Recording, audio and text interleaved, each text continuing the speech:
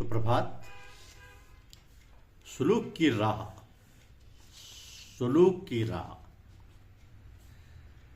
इस उपासना पद्धति में दो हालतें हर साधक के लिए आना बुनियादी जरूरत है।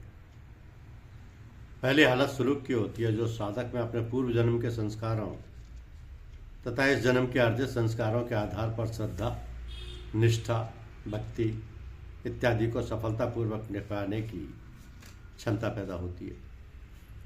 ये प्रारंभिक शिक्षा माता पिता, धर्म ग्रंथों के अध्ययन व संसार की तकलीफ और आराम की हालतों से जूझते हुए प्राप्त हो जाती है।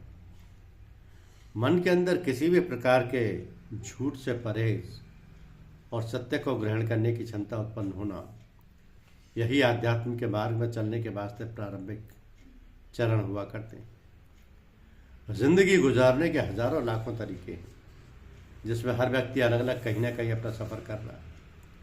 यह गोया एक सलूक की राह है, और अगर अपनी भाषा में यह कहा जाए कि सलूक की राह पर स्वयं ही चलना पड़ता है, तो जीवन के अंदर कर्म का महत्व स्पष्ट हो जाता है कि जिस तरह दुनिया में बगैर कर्म के कोई रह नहीं सकता, इसी तरह से रूहानियत या आध्यात्मिकता का मार्ग ग्रहण करने वाले भी कर्म से मुक्त नहीं है।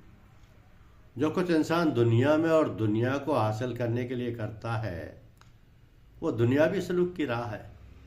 मगर जो कुछ मालिक कुल की इबादत, उपासना, उसकी कृपा प्राप्त करने के लिए की जाती है, वो आध्यात्मिक या रूहानी सलूक का मार्ग है। तो एक फकीर का हासिल हो जाना भगवान की कृपा है।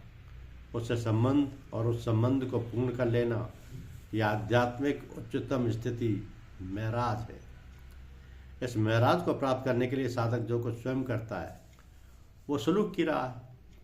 सत्संगी बंधु अपने में इस बात को स्पष्ट कर लें कि सलूक का रास्ता कोई भी स्वयं अपना सकता है और उस पर चलकर कुछ अपनी जिंदगी बना संवार सकता है, मगर ये फिर भी अपनी हिम्मत पर होता है, इसलिए भरोसे के लायक नहीं है।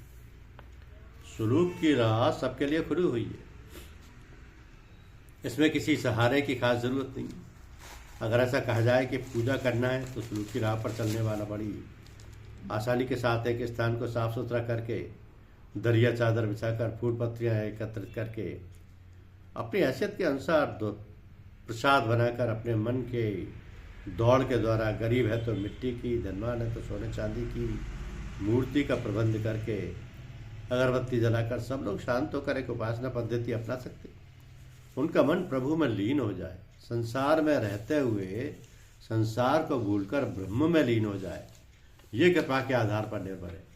ये सबके बस की बात नहीं है। यही कृपा जज्जों से प्राप्त हो जाती है। प्रभु में लीन होने की स्वतः स्थिति आ गई, कोई योगदान नहीं है। किसी फकीर कामिल की तवज्जो और प्रभाव के कारण चित्त में एकाग्रता उपस्थित हो गई। आशावान संसारी लोग प्रबंध करते हैं तो नहीं मिलती।